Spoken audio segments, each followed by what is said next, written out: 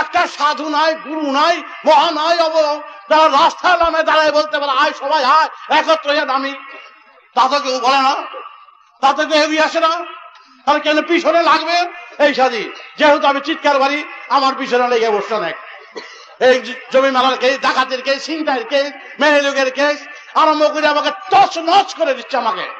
কারণ যেহেতু আমি বেদের বিপ্লব আনবার চেষ্টা করছি, আমি তো রাজনীতির বিপ্লব নয়, সিআর এজেন্ট বলছে আমাকে। হ্যাঁ, আমি রাজনীতি বা গদির লোভে যাচ্ছি না, আমি যাচ্ছি আমার সমাজকে যেই অন্ধকারে ডুবিয়ে রেখেছে, বেদের যে সুরের থেকে বেসুরে রেখেছে, সেই সুরকে জাগিয়ে দেওয়ার জন্য আমি ঘরে ঘরে আমি সেই সুরকে জাগিয়ে দেওয়ার চেষ্টা করছি। আমি গুড়িগুড়ি করে পয়সা রোজগার করছি না, গুড়িগুড়ি করে আমি টাকা সংগ্রহ করছি না, কারণ আমার এটা আদর্শ, আমার ধর্ম।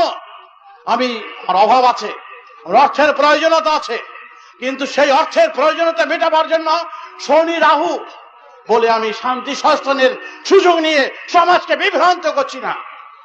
তাই হাজার হাজার সভাতে মিটিংয়ে আমি বলেছি, কি বলেছি, যেদিন দেখবেন আমি এই গুরুগিরির সুযোগ নিয়ে আমি কোনো ধর্ম, কোনো জাগ, কোনো যজ্ঞ, শান্তি শাসনের নামে যদি পয়সা রোজগার করি, সেটা গুলি করে আমার মেরে ফেলে দেবে।